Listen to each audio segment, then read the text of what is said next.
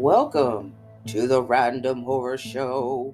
I am your horror podcast hostess, Keisha Lacey, coming straight out of the Iron Pine Curtain of East Texas. And of course, here at the Random Horror Show, where we're going to be commenting, being crazy and stuff like that, going off tangents. But we go back to the main point in horror, science fiction, fantasy, cult classics, and the obscure in movies, television shows, and books. And thank you for joining me with tonight's episode. I'm going to be talking about a scariest ass movie. And of course, happy Halloween to y'all. And this movie right here is just the perfect Halloween movie. Man, perfect Halloween movie. I know everybody done seen Halloween Kills and all that, so I watch this whenever I get a chance to. But I'm talking about the 1980 supernatural horror film, The Changeling.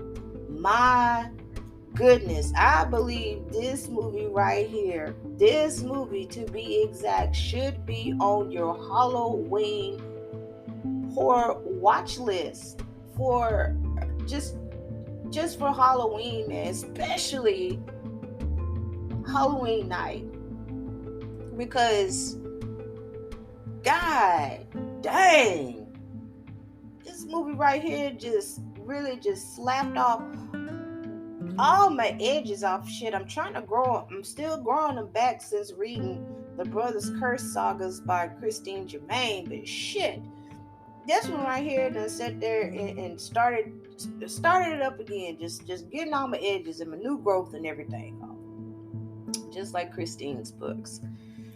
But y'all, I was completely blown away. I'm talking about, I had my pillow up to my eyes just watching The Changeling. It is definitely and indeed a really great classic horror movie that I was just like, good night in heaven. And of course, it stars George C. Scott Patton.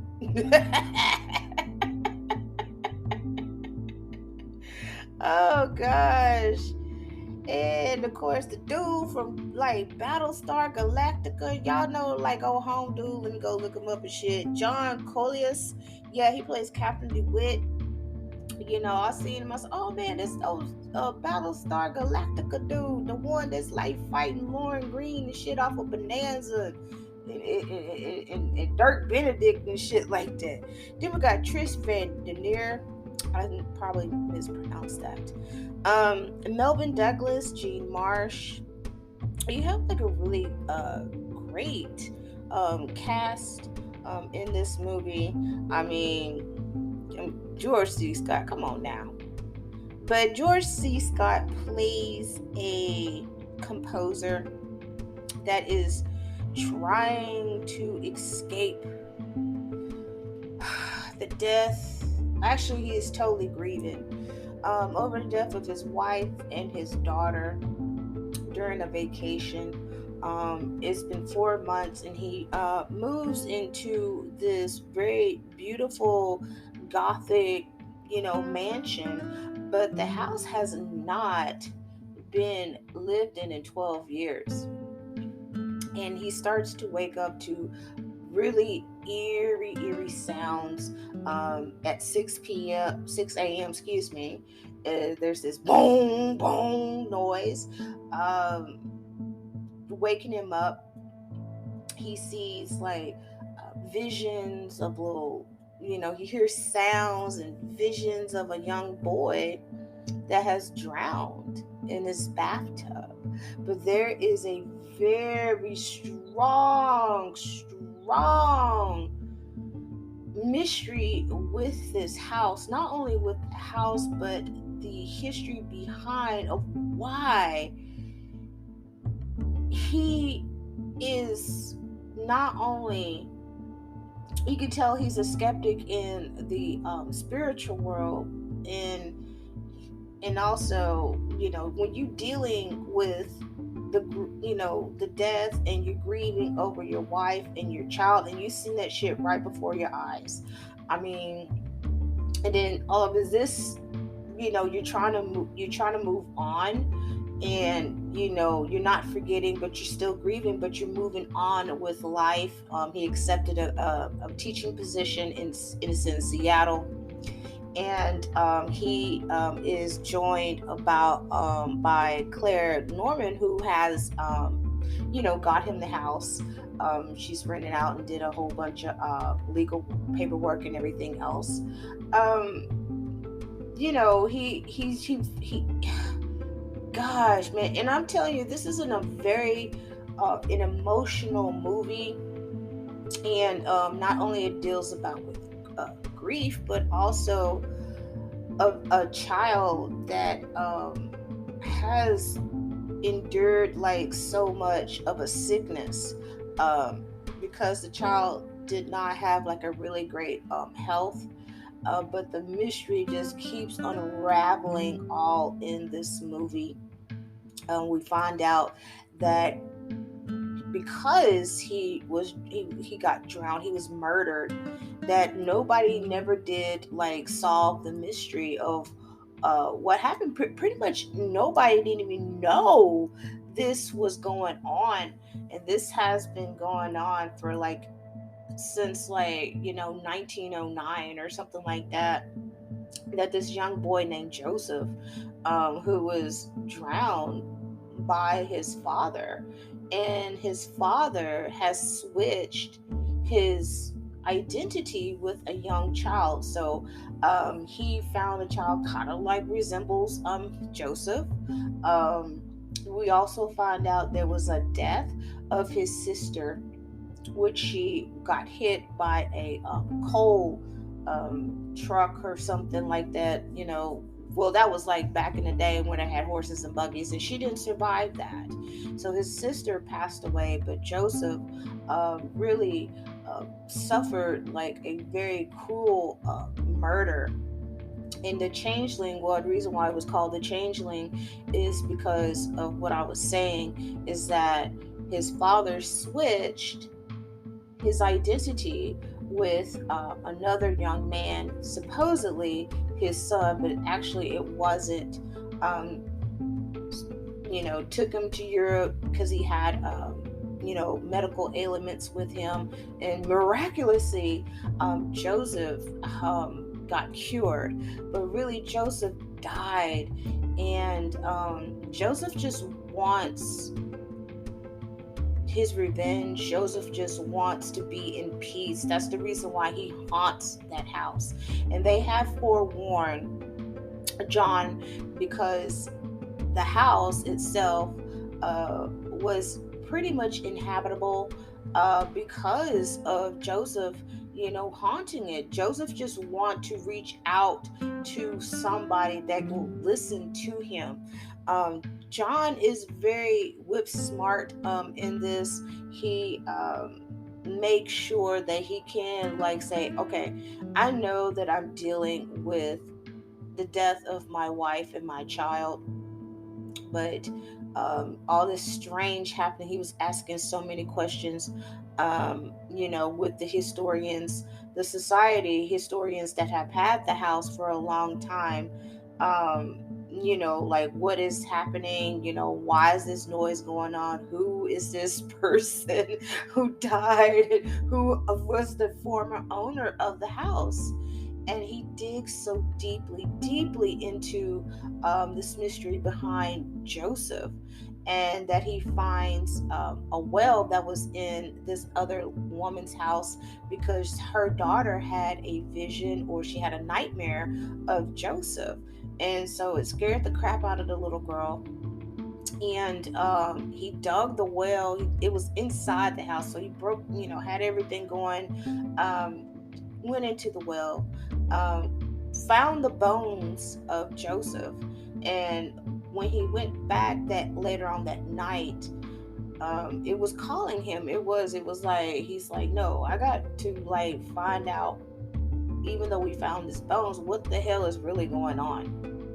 And Joseph led him to this medallion that he had, and he wore that medallion before he was drowned. And he went to the senator. Dude, this is what like messed me up right here. And the senator, who resumed like Joseph's identity and his name, that wasn't him. He was an imposter. And for this to all happen is because his father had like a great fortune, though his son was very, very sickly. And so he's like, well, if my son is very sickly, because I know he is not going to live, because his dad was a doctor also. Because his dad was a doctor, so he committed that ultimate crime of killing his own son, because he was just so disappointed that he was not going to get any better. And that this fortune that he has, if his son dies and stuff, the fortune is gone. But if he did this switcheroo like that, then he can still like inhabit this fortune, pass it down supposedly to his son. His son is dead for a long time. And the senator was the one that was the changeling. And the senator also had the same gold medallion just like Joseph. And when John went out to the plane to like say, hey, Senator dude, hey, I know what's up. What you gonna tell me? He like, yo, Joseph sent me this right here. Who is you? The senator was hopping mad, but he was so afraid, because the senator knew the whole secret of what was going on and why that happened, and he has been impersonating Joseph all this time. So this is like the oldest mystery, supernatural mystery, with Joseph. And it took John to like really pay attention and really realize that this boy has been wronged. And they thought like John was like trying to like blackmail the senator for something like that, and but that the whole senator going into the house with the senator and everything else was cool as shit, because John was like, look, I ain't trying to blackmail you, I just want to know the truth. This boy has died, and guess what, you took the place of him. And that man was hopping mad, you know what I'm saying? Then he gonna tell me, I'm gonna write you out a check because I know street vermin rats like you be wanting money. John's like, I don't even want your money. I don't care about that. He's like, this is justice for Joseph. And the senator was just like, he just going off with his old ass, and then he gonna sit there and tell John that he gonna do all this and your career gonna be gone, and because I know who you are. I'm like, man, you are like about 8 feet in the grave your damn self. What the hell can you do?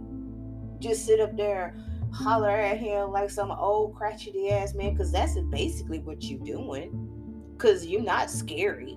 You all sitting there shaking and wobbling and everything like you finna stroke the fuck out, because that's what he was doing. He was really stroking the fuck out. So Joseph was like, remember me? He said, remember me? Look into this. You can hear just like, ooh. If y'all watch the Courage the Cowardly Dog, dang, what was that episode that had that phantom on there? That's how Joseph was saying, remember me, look into my eyes. He was all like that. I kept talking. I thought about it. I was like, it feels like I'm watching Courage the Cowardly Dog.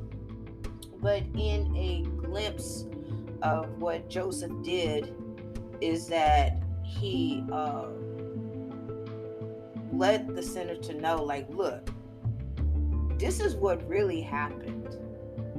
So you see in the blinking of an eye of the senator being in his chambers, and then all of a sudden, when John was in the mansion, this is like the last act, and the last act is very, very powerful.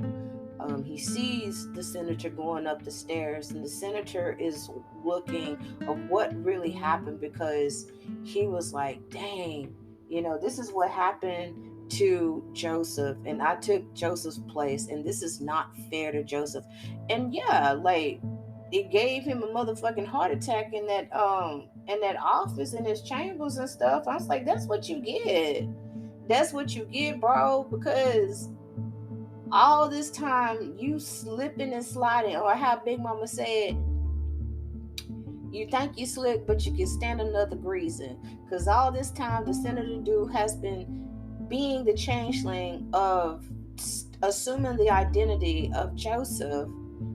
He thought he was slick. He been slick all these years. Nobody haven't caught wind or anything else of it, and not even thought nothing of it until John came into this residence. And it took that long for this boy to really get through to somebody that actually listen to him, understand what he's going through. Though Joseph did use his ghostly powers to get the point across to John. He did it. John actually did it. He actually helped Joseph, and at the end, Joseph burnt that whole damn mansion. It was like burning down the house. You know what I'm saying? He burnt that sucker to the ground. I'm talking about talking heads really burning down the house. I mean, I feel him. I feel Joseph on that, because it's just too much. It was just too much for him. He was like, I need to burn this house down, because this is some bullshit. But also Joseph was a little bit funky too, because he has thrown a rock through the window, not outside the window, inside the window. He also chased down, old girl and everything, old Claire, because Claire was looking for John, and he chased her butt with that damn old timey ass wheelchair. I mean, that scared the shit out of her, and that scared the hell out of me. And I'm talking about the creepy factor on this movie was like 1,000 on here. I mean, it had your girl right here scared out of her wits. And what the killing part was is that when the detective came in, because of the whole incident that John went to the plane to confront the senator about Joseph. And like I said, that's Battlestar Galactica dude. He came in and he spoke to John. John like, yo, I don't know what you talking about. You can't do shit to me. You can go ahead and get that search warrant all you want, bro, because I'm not gonna be talking, because yes, we found bones in this woman's house that used to be a well that was up under her house. And I'm not gonna say as much as I'm gonna say, because guess what? Y'all gonna think I'm crazy, because they were sitting there letting John know, like, oh, you just imagine things because you're still grieving over your wife and your child. And he's like, no, I'm not crazy. I'm letting you know this is some spooky ass stuff that's really happening to me in this house because of Joseph. And the craziest thing that Joseph did was like, and I give Joseph like a round of applause for this right here, because he said, you know what, Battlestar Galactica dude, you sitting up there with your Cylons and everything, chasing down Lauren Green and all them and stuff, Starbuck, on this ship throughout space trying to get to Earth, that I'm gonna kill your ass. So he made like the old detective dude have a accident and killed him. And the part that when after the end of the really shady interaction that John and the detective have, and so when the detective left out of the house, John looked in the mirror, and the mirror broke, and there was a piece of glass that was stuck in his neck. And I'm telling you, back then, like how people was acting, I mean, sometimes they really did have like stuff like that happen to them. I'm like, damn, that's some real ass acting. And I was like, damn, that shit looked a little bit too real right there. And that was the foresight that we seen when the glass broke and a piece of glass shard went into John's neck, that the detective had an accident, and he seen that through the glass, and he was just like, oh snap. And he got that phone call saying, hey, the detective just left your house, he's dead, he's in an accident. And that's what Claire was telling, because she was coming over there, and Claire was like, look, the detective that just left, and I seen him, how y'all was acting and stuff, yo, he dead. And John was like, oh snap, I seen that, through this glass, this mirror, and the glass broke, and a piece of shard went in my neck and everything else.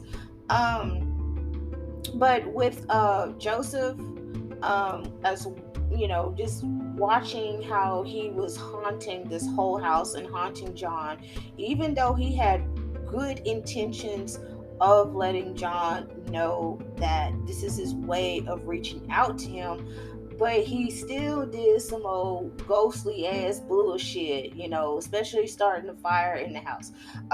Even when John was on the floor, and John fell back and he landed on the floor because he was up on the stairs and stuff. There was like this beautiful crystal chandelier that's just been sitting there for like 1,000 years. And guess what? Joseph was like, well, fuck, fuck, let me just break this over John, and he did. I was like, oh my gosh. And John rolled off. It missed him by inches. And John was just like, wow, of all the help that I did for this spirit that was really in so much unrest, and this is like how you do me like that. I mean, but then if you think about, because this is a kid, he's stuck in this house, he's stuck in between worlds, and he just couldn't move on. And that's just like a childish, tantrum behavior of what Joseph did. It was like he appreciated, but then he's like, you know what, forget it, I just do some of my childish ass shit as it is anyways. One part that really got me is when John woke up.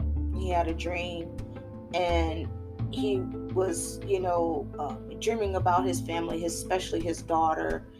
And he woke up weeping really hard.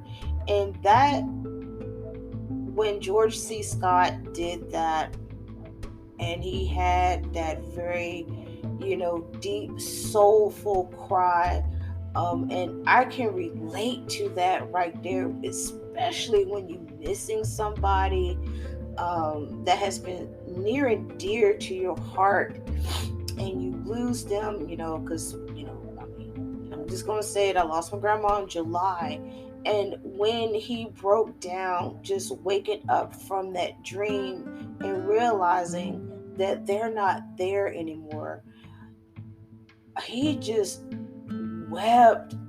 And I felt that, and I started crying too, because I just knew that feeling. I knew that that's a different cry. That's a different cry of you missing somebody out of your life, and they're gone, and the only time you're going to see them is when you pass away.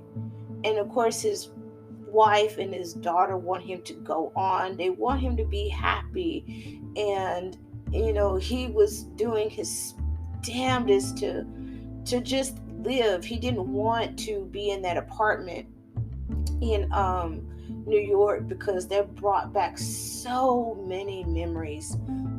I mean, the beginning, oh my God, it wasn't even not even less than 10 minutes into the movie of where you see them being very happy, and the car is, acting a fool, it's stalled, and you had this police car coming, and then you had this dump truck coming, and the police car was all over the road because the guy lost control and collided. And John was going to a payphone to call a wrecker. It was like a happy time. And then you see right in front of your eyes, like, your wife and your child instantly getting killed because of an accident that happened. And it's like everything was happy, everything is going to be all right. He was just like, yeah, let's go get some help, yeah, let me call the record, yes, I'm gonna do all this, oh, my family, look at them, we're gonna still enjoy our vacation. And then all of a sudden, boom, right in front of your eyes, they're gone. And it's that whole scene right there, it just literally just tore my world right there. I mean, his world was literally ripped apart in front of him. And then just me as just watching it ripped. Shit, I felt that 1000 right there. I was like, I feel the same way too, man. That's like how much great acting that all of the actors did, this cast did. And of course, George C. Scott is known to do like a very amazing, brilliant performances in his long time acting career. And for him to just literally have that look on his face while he's in the phone booth. I love phone booths, and man, they're like dinosaurs. Phone booths are like dinosaurs, man. They're like Bigfoots or something. They're extinct, or like Bigfoot. You see one, you're like, oh my God, a phone booth. And I take pictures of phone booths whenever I travel. And you see that look on his face. You just felt that just deeply in you. And that is some damn good acting right there from George C. Scott playing John Russell. I mean, even I like how the tone and the movement, I mean, particularly in scenes where he is composing music and he, recording it. And so when he got through recording the piece of music that he was composing, he hears a different tune, and that was the tune of Joseph, of the music that was back then in 1907 or 1909 or something like that, that was playing. And John was like, I didn't do that. That ain't my shit. John was like, what's going on? What's going on? He also has the the little cricket ball that his daughter had, and he kept it in a safe place to give him that reminder, this was hers, this is the only thing that I have of hers. He sold his apartment, stuff, everything else, and that was the only thing that he cherished of his daughters, until Joseph started to kind of play with his mind a little bit of throwing that same red cricket ball down the stairs. Yeah, that's real spooky. Very, very, very spooky right there, because I was just like, no, why are you doing that, bro? Why are you doing that, Joseph? Like, seriously, that's his little girl's ball, and please don't do that. That's pretty disrespectful of you to do that. I know you're a ghost, and know you're trying to get to him, but that's some disrespectful stuff right there. And man is still missing his daughter, and he is grieving like a mofo. And how dare you, Joseph? But yes, John grabs the ball and he's like, okay. And he goes back into the this desk that he had. He kept the ball, and it was still in there. And then guess what? There was another ball that rolled down the stairs, and he goes out and he chunks it into the water, because you're probably thinking like, why did he chunk the only thing of his daughters and stuff? I mean, you gotta look at it this way. If this little punk ass little ghost is like messing with him of using his daughter's cricket ball that she always played, I think it was just like a rubber ball or something like that. Cricket balls don't bounce and stuff. I mean, they bounce, but like they don't bounce like that. It does. It looks like a cricket ball to me. And and you're messing with him, like, no, he's gonna throw that away because that's too painful. And then he's like, no, if I keep this ball around, this Joseph little ghostly little bastard is gonna like keep messing with me. He had a medium to come in. I know he was like kind of skeptical on the medium, and so they did a seance, and she went into a trance, and she was writing everything down of what Joseph was saying. They also had a recording of the seance itself, and it was really cool to like see how you have like people that are real mediums, not like no damn Miss Cleo or Sylvia Brown, to sit up there and hey, let me go look this up. This is all before internet. And because there are them said known psychics that will look up people, or like they pay people to like pretend that, oh, I know this person of this relative that's passed away. They actually do pay people to do that, and they actually do research and look up people, so that they see them in the audience. They go, oh, you blah blah blah blah, you had your mom passed away and stuff like that. And I'm gonna tell you this right here, I don't approve of that shit as it is anyways, because a lot of times, like, I cannot stand when you have like charlatans like that. Now, I do go off on instinct of like with clairvoyance. Sometimes people don't even have to tell me that somebody has passed away. Usually, sometimes they kind of come to me, not the person itself, but the ones that have passed, or I see something, or I accidentally touch them, I will feel that. Yeah, yeah. It's a hard gift to accept, but I've already accepted that. And, it's a little hard to explain, but I know that when people pretend to be psychic and junk like that, that's the reason why a lot of people are very skeptical of us. I really don't blame them.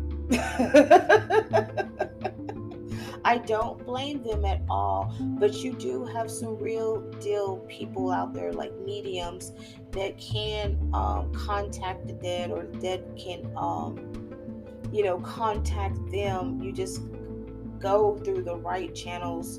Trances, oh my gosh, I can put my ass in a trance. I've been putting myself in a trance ever since I was a little girl. It is really hard to get out of that shit. But I can put myself in a trance. It's so weird. Very, very weird when I put myself in a trance. And believe me, it's like I'm asleep, but I'm awake. It's crazy. But there is a nice little seance with solidifying that Joseph is in the house, and that he is a spirit, and that somebody has killed him, and which is his father, which the reason why the senator went off on John, because he just knew the secret about supposedly his father, but it really wasn't his father. He tried so hard to just just deny that fact. But he knew it deep down in his heart that this man actually did kill his own son, so he can pass down this inheritance onto another person. Now, what I'm going to tell you this right here is that I definitely appreciate this is a real, true, supernatural horror film, and that anybody can like just really just feel everything from the beginning, the middle, and the end.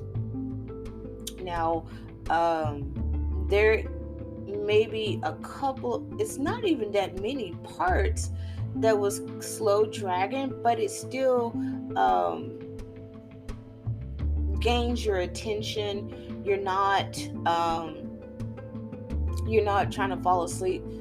I'm telling you, I was glued to the Changeling. I had to turn it off a couple of times because it was just that scary to me. And especially dealing with the supernatural, somebody's having a wrongful death, somebody's spirit that's just not at rest for a very long time. They tend to grow very angry, like Joseph did. He was a young boy. He just grew very angry, and you can understand why Joseph felt that way. You feel sorry for Joseph, but you also get pissed off at Joseph too with that bong bong bullshit noise. I mean, even the part where we see Joseph being drowned.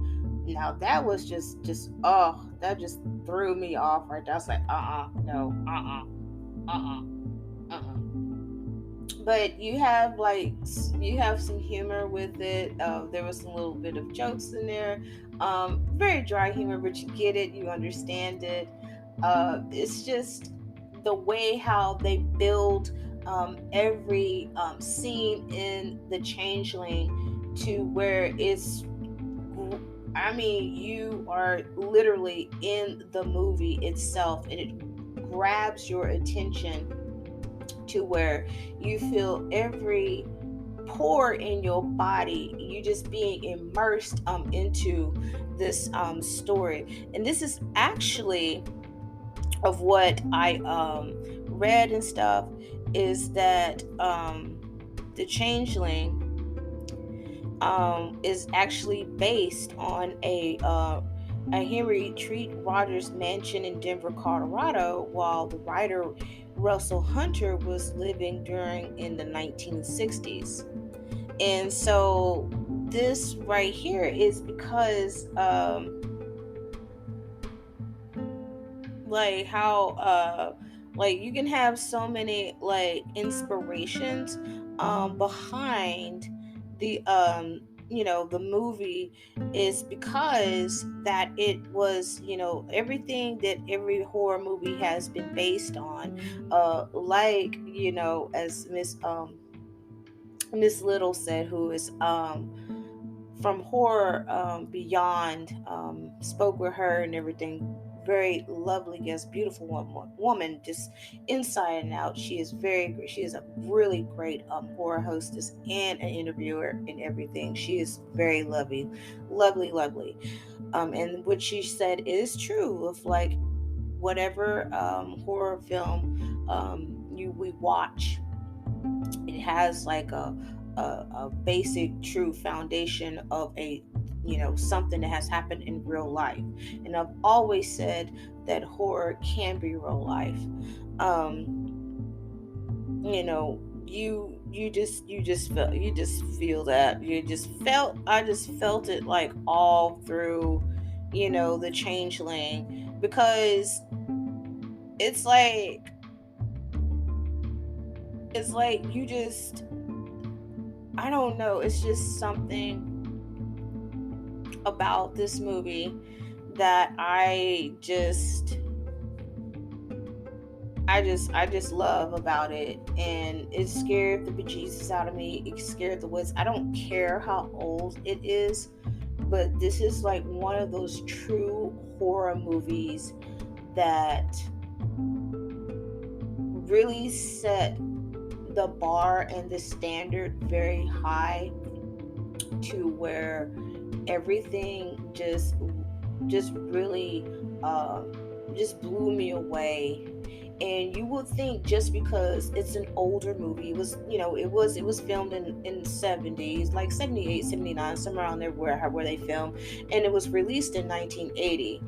um just because it is that old, there is a lot of great supernatural horror movies that was made in the 70s. Of course, Black Christmas was made in the 70s. It's a Canadian horror film. Um, and really, this movie right here, Martin Scorsese, the director Martin Scorsese, says this is one of the scariest horror movies of all time. And it really is the scariest movie, because I don't know why people are not talking about it. There's a few people that are who are very true horror fans and fanatics, who really are in deep and in depth with horror, uh, can appreciate and love the Changeling, because I'm in love with the Changeling. This is going to be on my horror list, particularly because I would love to watch this movie again around the month of October. Like I said, this is a great movie to watch. Just everything about it, that it was just it was just perfect. It was just so perfect, and in a way they made it. It was just too real. It was too damn real, and maybe because of the actors in this movie just made it super real for me. I mean, even to where they really didn't even have like a lot of like special effects or practical effects with this. That's what got me right there. There was no CGI, there was no monster or whatever, or any type of boogeyman, but it was the noises, the groans, the tone, the just the ambience, tone of like the whole movie. I mean, it was nothing in this movie that was just really, how would I put it, bright and sparkly. You may had a little bit of lightness of where John went in to greet his class, and he was just cracking up, cracking jokes with them and stuff. That was like the only light tone in the movie, and you had like some giggles with it too, because you laugh like with John, and you felt that John is doing his best to like feel somewhat whole again, but he still had a hole in his heart and his soul because of what he went through. He was dealing with his trauma. This movie is about trauma, because guess what? John is traumatized for seeing his family getting killed right in front of his eyes.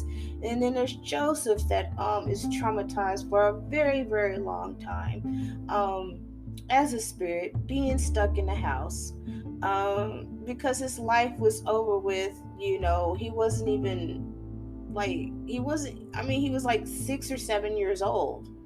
His life was over with because of his father.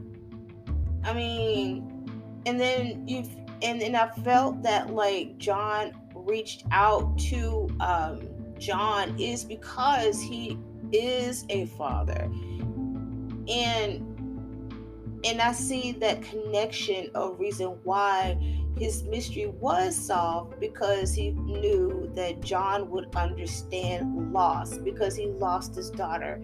He will understand grief because John was grieving. He will understand trauma because both of them has experienced trauma in their life, and that's the connection with both of them. Do I feel like that it was a relief yes, it was a relief for John because he doesn't have to deal with this ghost boy anymore. And he was like, "This is what you got." And he was cussing him out too. And I was like, I don't blame you, John. I really don't blame you at all for cussing Joseph out because you have done what you have done.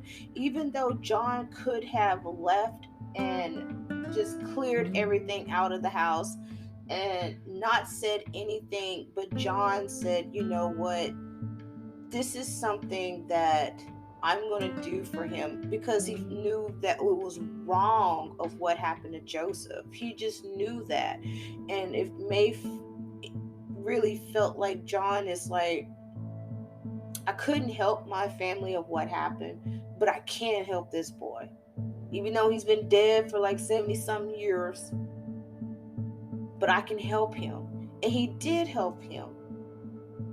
And John wasn't really like scared, but he was to the point of like, okay, I'm sick and tired of it. I'm sick and tired of hearing water because the boy drowned. A lot of times, whenever you have restless spirits, they will use water or mirrors or something that was the last time that they seen before their death, or it was used in their death or something like that, because you had the well, and then you had the water bathtub scene when his father was drowning him. So he had water going on.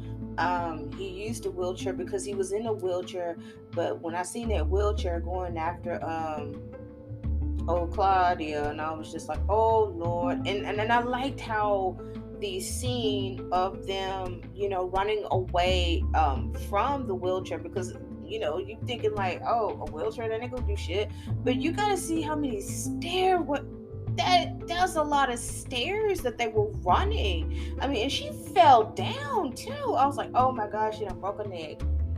Lord have mercy, she done broke a neck. But she didn't break a neck. Thank goodness. She probably sprained the ankle, but the damn wheelchair was after you. And it reminded me of, and if you think about the wheelchair scene, if y'all watch Nightmare on Elm Street, Dream Masters 3, there was a wheelchair scene chasing the guy. I am the Wizard Master. And Freddy said, yeah, I'm going to pimp my ride. And he's like, I'm Exhibit. I'm gonna pimp your wheelchair for you, and it's gonna kill you. But I was like, oh, okay. Now if y'all watch Nightmare on Elm Street 3, and then of course you watch The Changeling, you're like, oh, this is the reason why they kind of like an idea like that. You never know. You never know about things like that.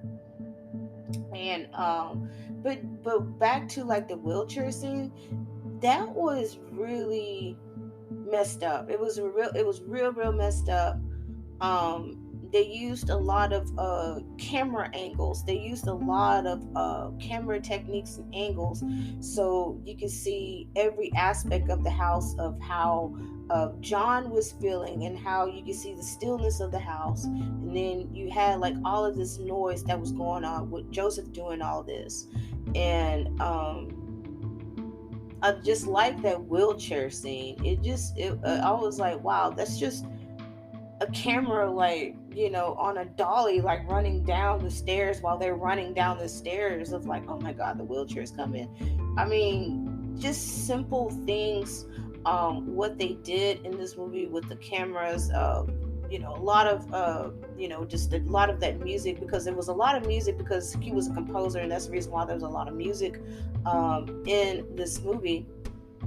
I mean, it came together beautifully. I'm just like, man, this movie is the shit. It really is. Changeling is the shit. But my final thoughts on the Changeling: I give this sucker right here a 10, and it just scared the hell out of me. It really scared the hell out of me. Will I watch it? Yes, next year on 2023 October. I'm not watching that again. I'm not watching it again. till next year, because wow, I'm just like, I mean, I told you I had to stop it a couple of times because I was like, let me go to bed. I don't want to give myself nightmares. It's already bad enough that I had to see stuff like that when I was younger. I still see spirits, hear their asses. I know there's one in this damn room where I'm doing this podcast. Sometimes I hear his little ass roaming around and shit, and I'm just like, really? Just wonder why I be saging the hell out of everything. And I talked to, I'm gonna tell you a story before, we get off. Um, there is a spirit in my grandmother's house. As I would say, this is some real deal stuff. I don't know who it is. This specter has been scaring family members, friends, people who spend the night there for like 30 years. I believe this is somebody that has died in the part of the house that my grandparents have bought in 68, I believe. Yeah, 68. Yeah, 68. So it was a 2-bedroom, 1-bath home, frame house. And my grandparents were, they paid for it, things like that. And they built more on to that home and, expanded it with more bedrooms, et cetera, et cetera. And that was completed in 80. Guess what? The same time when the Changeling came out in 1980. 1980 was when my grandparents expanded their home. So we had cousins that spent the night that have seen this dark, tall man shadow. They never again spend the night ever. It scared shit out of them. My cousin used to be terrified to go to the bathroom, and she used to have accidents in the bed because of this spirit. And we used to hear this spirit walk through the house. It would come from my aunt's old room, and it would walk in the hallway, and then there's the middle bedroom, and come through there. It would not come in the kitchen. It's something about that kitchen. It does not come. Now, one time, it almost did. It did come through the kitchen. But it said, But it's the way how he roams is my aunt's bedroom, the other spare bedroom, the living room, and the middle bedroom. It was one morning. It was around 5 o'clock in the morning, and my cousin and I, we shared a bedroom, and we woke up just like that. It was him, and we were paralyzed with fear of like, oh my gosh, here he comes again. So he knocks down this plaque that on the wall, and this plaque on the wall was the Lord's Supper, and it had the whole scene with Jesus and all them at the dinner table and stuff, chilling. But it's been on this wall for a long time. It's been on this wall for 20 years. You can see the whole outline and dust behind it. He comes and just knocks the son of a bitch down. It breaks. It broke. My grandmother and my grandfather heard it. She flicks the light on. What happened? We couldn't just say like, yeah, this ghost like knocks it down, because we heard him come through And with all of this force, and it was really eerie, he comes and just knocks it down with this force. He materialized this energy and knocks the plaque down. I don't know what he was mad about, but he was upset about something, and he knocks it down. And the thing been sitting up there for a long time. If it was an earthquake, it wouldn't fell down. But his ass at 5 o'clock in the morning knocks it down. And it's like we couldn't even tell her, like, yo, ghost came through, knocking shit over, knocking pictures off the wall. That's what he was doing. So it was a couple of times where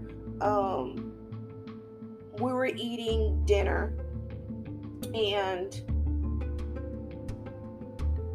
we felt his presence in the living room, and we couldn't even finish eating because it was just that eerie feeling that we were being watched. You're being watched inside the house while you're eating from a spirit just sitting there just looking at you. And we're cutting our eyes, the corner of our eyes just looking at him. And we see nothing but a tall black figure just sitting there. It was like a shadow. I'm getting chills just talking about this. He's just sitting there just watching us eat. And we were having a conversation, and then he just boom just shows up. So we just can't, and we just washed up the dishes and just hopefully just crossing our fingers that he leaves off. And I'm gonna tell you like how popular he is. My daughter seen him. My youngest cousin seen him, and I never told my daughter. None of us have not told the younger generation cousins, some of our kids about this, but they have seen him. Isn't It's the most wicked, craziest, strangest story ever. But when my daughter and my cousin they told me about that, and I said, oh my goodness. I said, y'all done seen him? Yep, they seen him. They know about him. He's been haunting my uh, grandmother's house for a long time, but he kind of chilled out. You know what I'm saying? It's like every once in a while, but he doesn't come out. And the oddest thing is that there's always cold spots in my aunt's room, and it can be particularly like a 72 degrees in her room. But if you go into the corner of the rocking chair is at, there's a cold spot right there. There was another cold spot kind of like right beside the bed. Those are his portals that he pops up and everything. But yeah, I have a couple of pretty good stories and stuff. And when my uncle was living, my uncle Ray, I was telling him about it, and he knew about it too. And he told me, he's like, well, next time he comes or whatever, just talk to him. So he came one night when I was doing algebra. Hated algebra. And I heard him, and I was like, hey, how are you doing? You doing all right? I mean, I don't have no EP, no giga thingy or whatever like that to talk to ghosts or shit like that. I don't have that. But I talked to him. He didn't say nothing. He probably did say something. I just couldn't hear him. But it made me not be scared of him and stuff, just to talk to him. So that's my story with it. But anyways, good people, thank you for listening to the Random Horror Show with the most scariest ass supernatural horror movie, The Changeling. Do watch that for Halloween. I urge you to. It is really, really great. I give it a 10. Also, you got some really pretty good little old story of my childhood growing up with the spirit in my grandmother's house. But y'all be safe, haunt some people, get some candy, get them boo buckets and everything else from McDonald's as much as you can, and have a great night from the Random Horror Show.